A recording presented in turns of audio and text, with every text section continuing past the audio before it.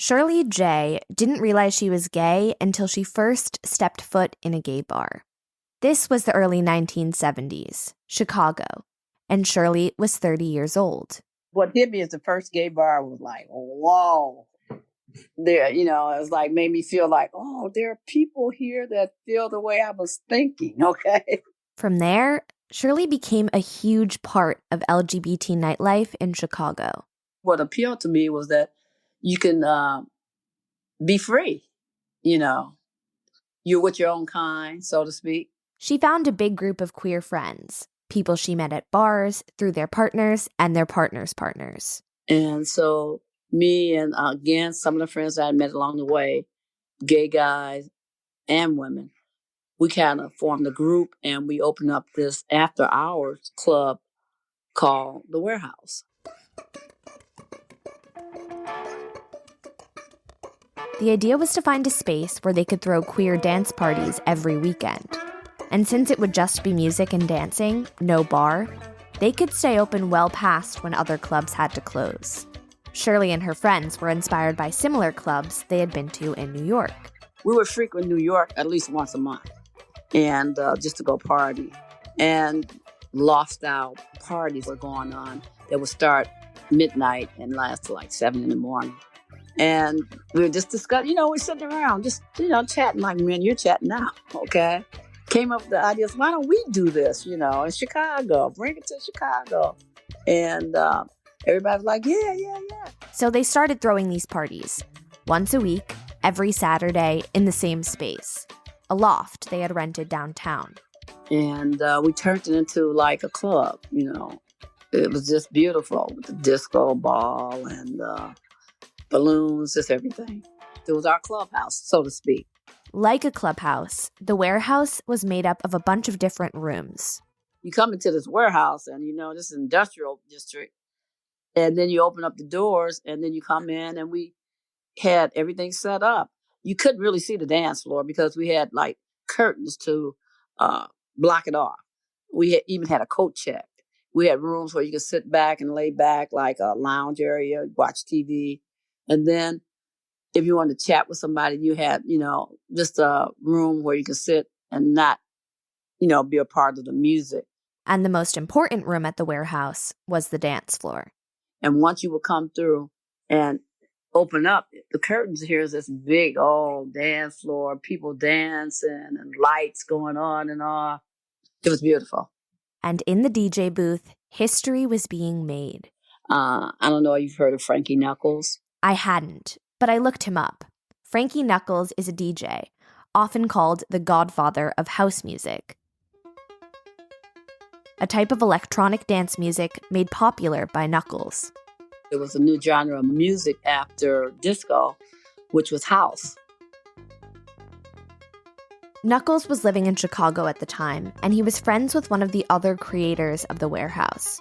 So that's where he would DJ and experiment with what we now know of as house music. It's called house because when we opened up the warehouse, people will say, are you going to the house tonight? So when you hear the term house music, that's actually referring to the warehouse. People started calling it house music, as in the kind of music they played at the house. Here's a clip from Knuckles' 2014 lecture at Red Bull Music Academy. I was in the car with a friend of mine going to his house out on the south side, and we were at a stoplight, and there was a tavern on the corner that had a sign in the window that said, "We play house music." That was the first time I heard it. Well, I saw it, and I asked him what it was. And he said, "Is that music you play down there at that club?" I was like, "Excuse me?" He's like, "That's house music." And I just said, "Oh, I didn't realize it had a name." And so he was like, "Well, it's the house. It's what everybody calls it." He was like, "It's everybody's nickname for the place." And I just thought, oh. Eventually, the genre became really popularized and mainstream. But back then, Shirley and her friends didn't let just anyone into the warehouse. You had to be a member. So you had to come to a party 3 times in a row to become a member. So we would get to know you. Once you did that, you can just sign up as a member. And we had a guest list. So we would keep track of all the members. So every time we open up the doors, we would check off that person when they come in. And if they brought a guest, we would allow them to bring a guest or two. That's how non-members were able to get in 3 times in a row, as guests of a current member. They wanted to make sure everyone inside was either queer or accepting of queerness. Even though it was, men and women, boys and girls, we still had to worry, And as a Black queer woman, Shirley had to be even more careful. While queer spaces offered a much-needed safe haven, they were by no means free of racism. For Black gay women or lesbian women, it was harder to get in as a group to some of the bars that were open. She's talking about the other Chicago gay bars and clubs. Shirley stopped running the warehouse around 1980. But at some of those other bars, Shirley and her friends would have to break up into groups of 2 and go in separately. If it was more than 2 of you and you were Black, they would they wouldn't let you in, So it was a few of them like that. That's the way it was back then. Today, Shirley is a regular at Nobody's Darling, a women-centric cocktail bar in Chicago. It's women-owned, queer-owned, and Black-owned.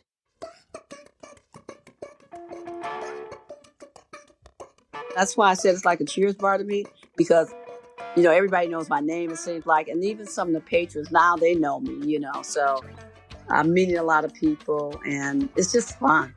And it's, it's a relaxed atmosphere, and they treat you real well. They're, very courteous, very accommodating. And that's what we needed. We needed something like that. Someplace where you could just relax.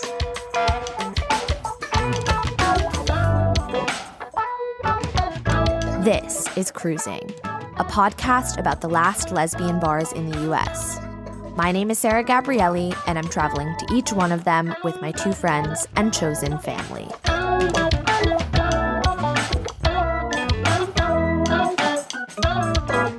This is stop number 6, Nobody's Darling. Be nobody's darling. Be an outcast. Take the contradictions of your life and wrap around you like a shawl. Chicago's women-centric cocktail bar was named after an Alice Walker poem. It's called Be Nobody's Darling. Angela Barnes came up with the name. She's one of the co-owners of Nobody's Darling. Angela sent it to me, and I was like, oh my God, this is it.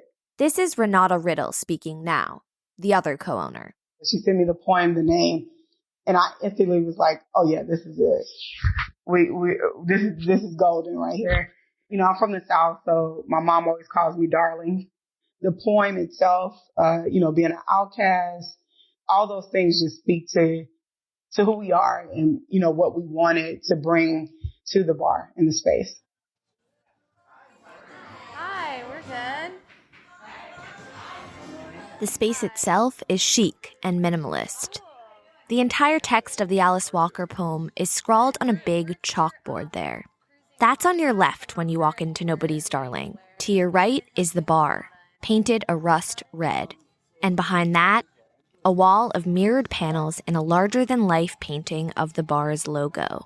The silhouette of a woman's face with a martini glass in front. The evening we were in town, Angela and Renauda held court at a high-top table at the front corner of the bar. You get the sense that's where they always hang out, drinking and chatting with friends and patrons.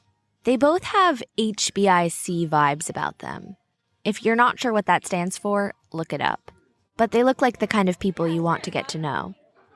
Angela was the one who greeted us and showed us around earlier in the day. We have our outstanding bartender over there. Great, yeah. Angela's been attracted to bars since she was a little girl. Not because of the alcohol. She was drinking mocktails. But more the mixology and hospitality of it all. My earliest sort of bar experience, which was kind of cute. We went to school on the near north side of Chicago. And oddly, at that time, we had an open campus. And so at lunchtime, we could go anywhere and we would stop by my friend's dad's bar so he could give her lunch money. And sometimes what he would do is make us these kitty cocktails. Of course, we didn't know they were kitty cocktails at the time that had at least, I would say 20 maraschino cherries and Sprite. And I just thought that was the coolest thing. those kiddie cocktails really stuck with Angela. In the back of her mind, she kind of always wanted to bartend. As I grew up, I was kind of very much into making drinks for friends and different things like that. And I thought, oh my God, I can totally bartend. Turns out it's harder than I thought. So that's been a lesson. Her childhood friend, whose dad was the bar owner, ended up going into the industry as well. And Angela thought that would be her chance. And I kept asking her if I could bartend, and she kept telling me no. And so, I sort of secretly harbored this desire to, figure out how I could, bartend. Somebody wouldn't say no to me. Angela was born and raised on the south side of Chicago. Growing up, she remembers hearing about the one gay bar in her neighborhood, Jeffrey Pub. This was one of those places where, you had to go to the door and ring the doorbell and then kind of figure out if you're a threat, right? And then let you in. And while no one, as I was growing up, made any derogatory comment, there was always that comment of, oh, and, Jeffrey Pub, right? Just kind of like, that it's different, right? It's a different kind of bar, but you're not really quite sure what do you mean by that. But Angela didn't go to any of these bars or even come out as gay until after college. She got her undergrad degree from Wellesley and then went on to law school at Columbia. So in addition to owning a bar, Angela is also a corporate lawyer. Right now I work for a small nonprofit. It's actually more of a civic organization. It's called City Tech Collaborative. It seemed Angela's career path was taking her farther and farther away from her childhood dream of bartending. That is, until she met Renauda Riddle, the other co-owner of Nobody's Darling. They met through the center on Halsted, Chicago's LGBT community center. Here's Renauda. I led their Women's Action Committee there, and so I would create events for Center on Halsted. So as head of the committee, Renauda reached out to Angela to try and get her involved. It was very important for the Center on Halsted at the time to try to make sure that they were reaching out to queer women and, making sure that basically queer women understood, here's what the center is and what it does. And, really the philosophy of that committee was we do that through social events and community. Outside of the community center, Angela and Renauda realized they had two crucial things in common. Oh, and then we figured out we both like to golf and drink, So the pair took to the course. That's how they became good friends and eventually business partners. I think Renauda hadn't golfed in a while. And, then do you remember I got her out on the course, and then it was nice because when you have a buddy who you go with all the time, then you'll go out more often. When other people were kind of irritating us, we knew that we could, call each other and just go out and golf and relax. And we really felt like, you should have drinks. Yeah, Angela is responsible. She was always responsible for bringing the cocktails. I think that was a little illegal. So we got to be careful. We're not going to tell you which courses. Wait. Oh, I didn't know that. Wait. Oh. That second voice is Renauda again. In addition to heading the Women's Action Committee, she's built an entire career in queer nightlife and event planning. But as a kid, Renauda didn't have access to any sort of queer culture. She grew up a Jehovah's Witness in Huntsville, Alabama.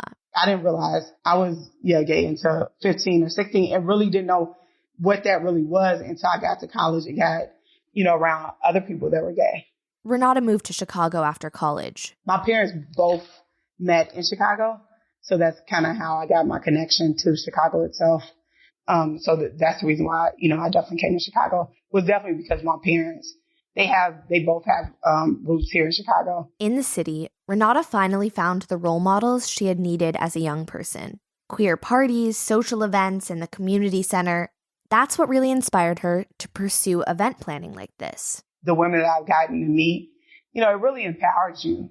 You see another queer woman who is, my same skin tone and who's thriving. It really does empower you. And I was so lucky to be able to be around women that were successful and totally had, as they say, a very normal life. So it definitely had a very big impact on the way that I came out and the way I was so confident about who I was as being a queer Black woman.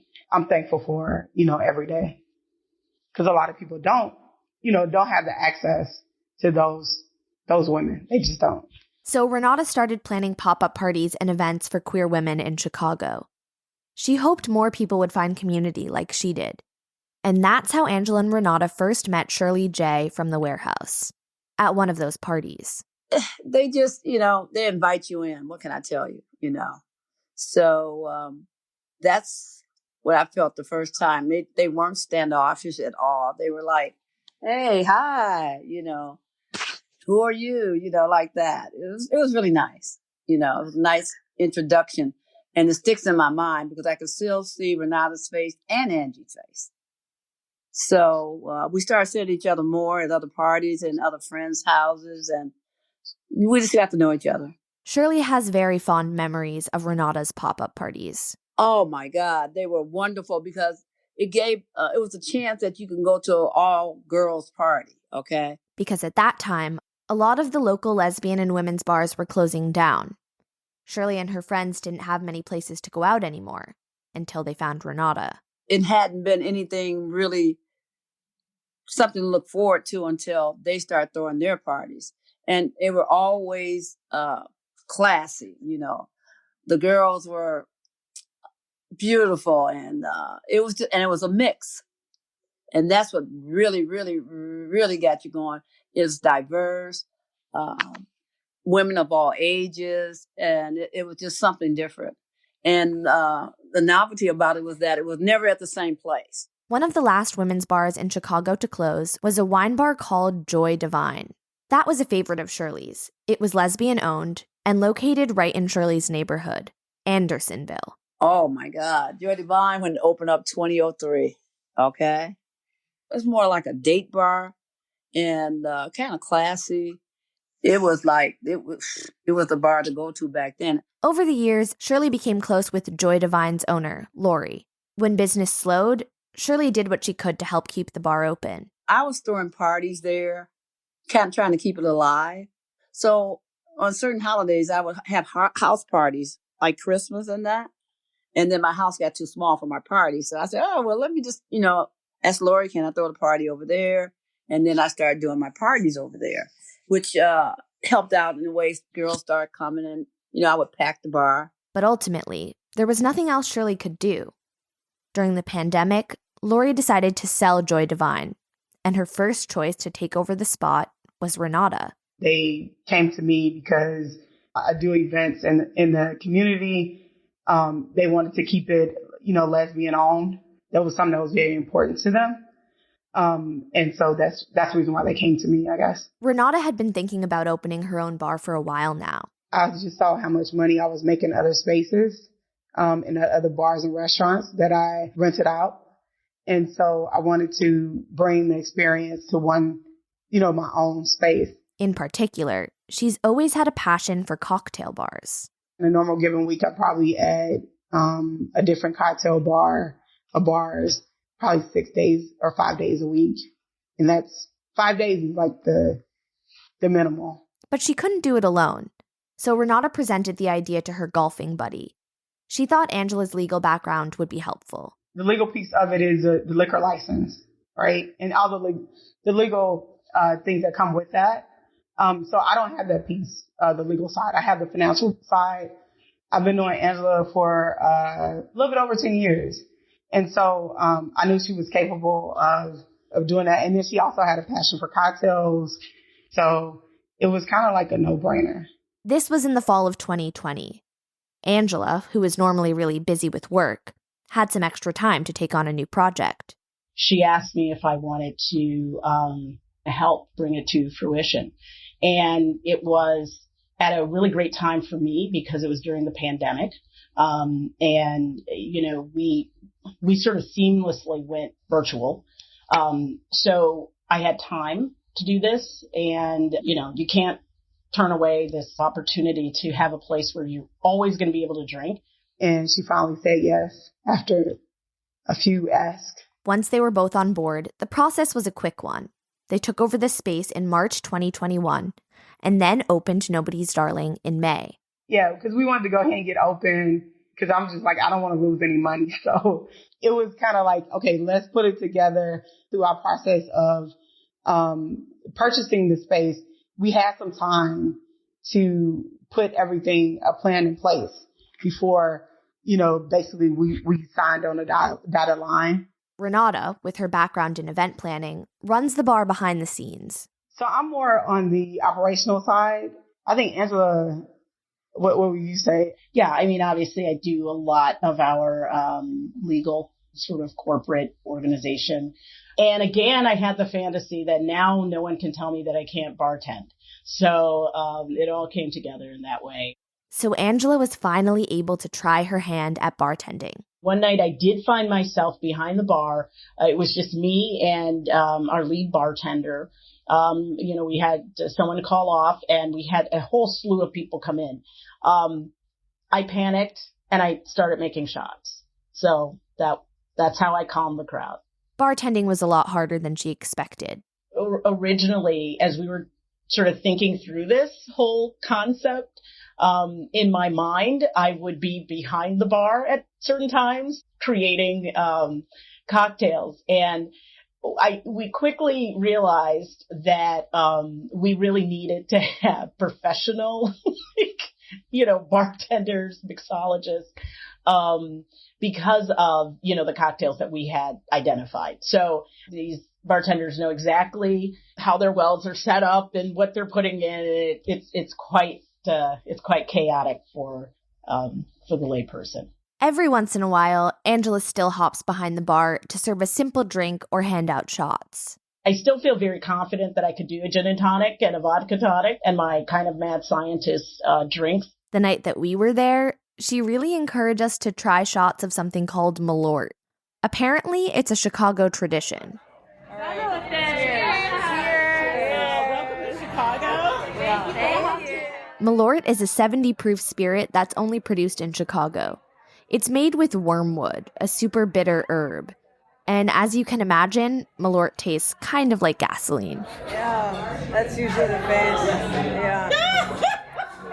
But for the most part, Angela leaves the bartending to the professionals. Like that day, Xavier was behind the bar. He's an assistant manager and head bartender there. Well, I definitely want something with mezcal. Got it. Do you guys just have that one?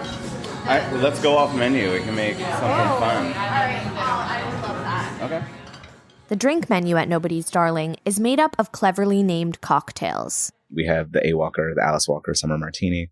That was muddled blueberry and basil for every cocktail. I interviewed Xavier at one of their tables outside. And fair warning, there's a bit of cicada chirping in the background. This menu was already established by Angela and Renauda based on their favorite things, their favorite drinks. So everything that you see on the cocktail list is something that Angela and Renauda will, like, they sat down and talked about, and those are the things that they want. And then they kind of trusted our experience, to make modifications if necessary. Xavier is a visual artist and singer-songwriter. But like many artists, he's been working in the service industry for many years. Just before the pandemic, Xavier had reached his breaking point. He planned to quit bartending for good. I was working downtown, right on the river, and I've worked there for going almost 4 years.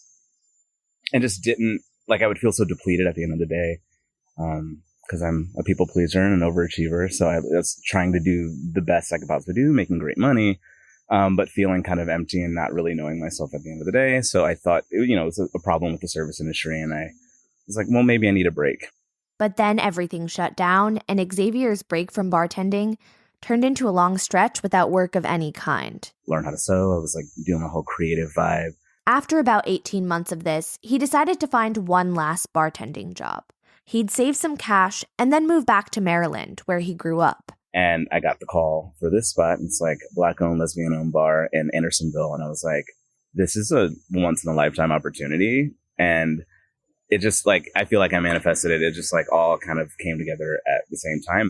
Working at Nobody's Darling made him excited about living in Chicago again. Coming here and meeting the owners and meeting the community, it just kind of,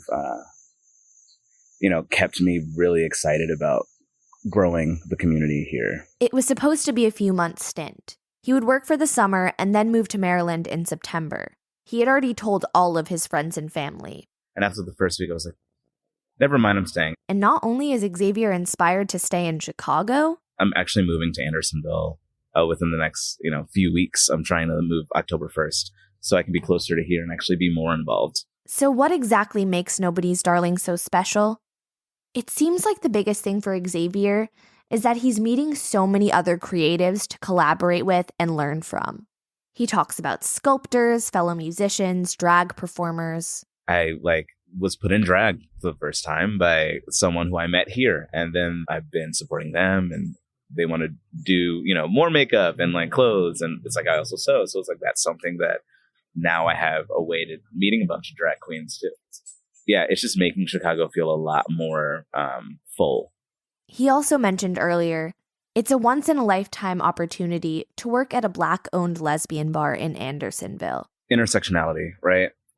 And they're intentional about it being a queer bar. It is femme-focused, and women are the primary attendees of the bar, but they're not exclusionary. If this is being run by Black women, just being with their identity, being what it is, invites, POC to come to Andersonville because this is not the most diverse neighborhood. So they're bringing a little bit of their history in Chicago with them and mingling with the established neighborhoods here. Angela and Renauda have created an environment that welcomes people of all ages and racial backgrounds. And I think it's when you can walk into a bar and see that you are not you don't stand out like a sore thumb. No one comes in and feels like they stand out, right? Like a sore thumb in a bad way. It's you come in and you're oh, there's someone my mom's age. There's someone my little siblings' age. There's, I wouldn't run into them anywhere else. So we all have kind of collected here. And now it's I have lesbian friends who are in their 70s but also young trans kids who are, just turned 21. And there's someone's my grandmother's age that's here right now. One of Xavier's older lesbian friends is, of course, Shirley J. Shirley's definitely she can get down, and it's fun to watch, and the command she has over the people that she brings. Shirley's more than just a regular there. I call Shirley the mayor of Nobody's Darling. And Xavier's not the only one that calls her that. Pretty much everyone at the bar does. I laugh. I chuckle a little bit. I'm okay, now I'm the mayor, okay? And it just stuck. I don't know. I think it's an affectionate type thing. Yeah, it really is. It's more an affectionate term. It makes me smile. It makes me know that, that I'm loved back. I'm kind of blushing right now, okay? And I'm smiling, yes. If you saw me, I'm smiling now. And as the mayor of Nobody's Darling, Shirley has her own VIP sign that says reserved. Angela's partner made it. So I can use the sign anytime I want to use it. Of course, I'm not going to make people get up. But if I get there and there's a table, I can just set it there. And that's my table. So that made me feel very welcome and very loved. We learned from Xavier that Shirley is incredibly generous. Take the first time the two of them met. We end up talking, and I was I really like your shoes.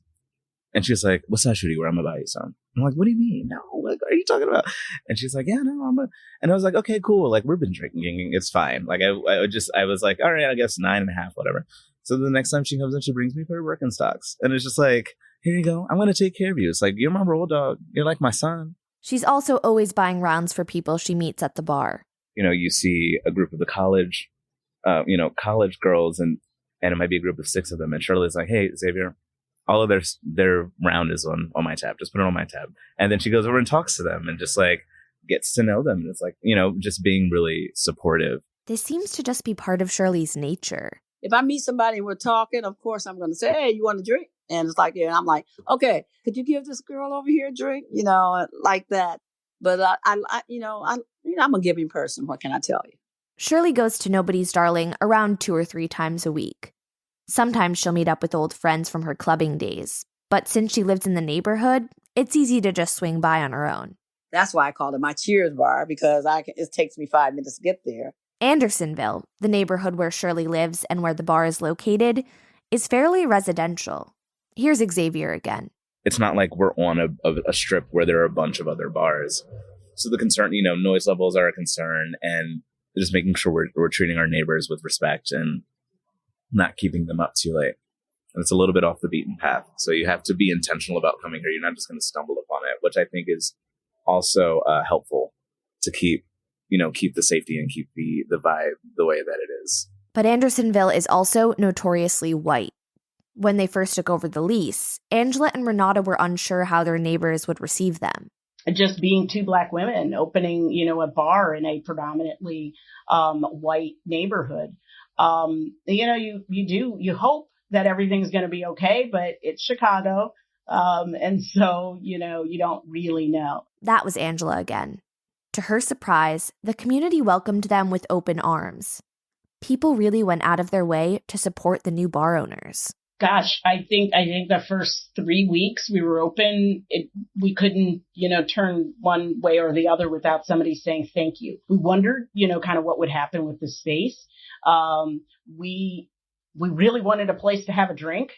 There's a Montessori school, across the way. And, so we had the parents, right, who, wanted to be able to have a cocktail. Yeah, the community has totally embraced us. I remember when we were trying to get it together, to open up, they would just knock on the door and just say, I know you guys are not open yet, but just want to say hi and welcome you guys to the neighborhood. And that happened every day we were there doing some work at the bar. And it was amazing. I felt so warm inside.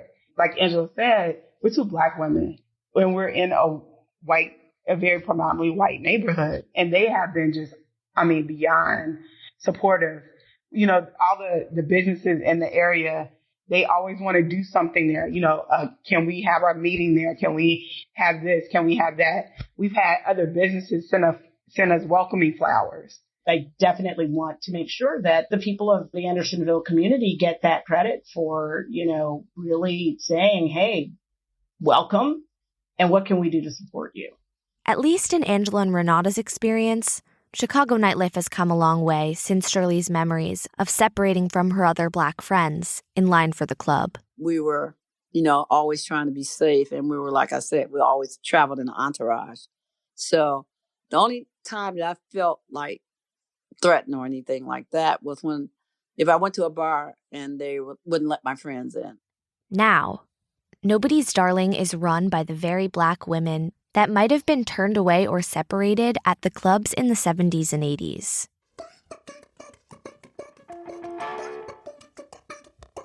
While Shirley was sad to see Joy Divine eventually close, she was excited to see this new evolution of her local women's bar. It was bittersweet, I would say. Kind of bittersweet about Lori kind of losing the bar. I was really excited that it wasn't going to close, okay?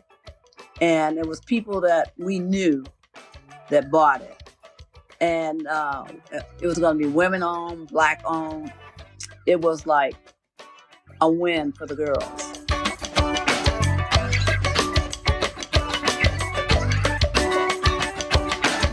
Cruising is reported and produced by Rachel Karp, Jen McGinnity, and me, Sarah Gabrielli, with music by Joey Freeman.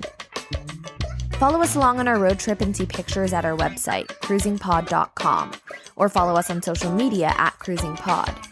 That's CRUISINGPOD. Special thanks this week to Angela, Renauda, Shirley, and Xavier. You can listen wherever you get your podcasts.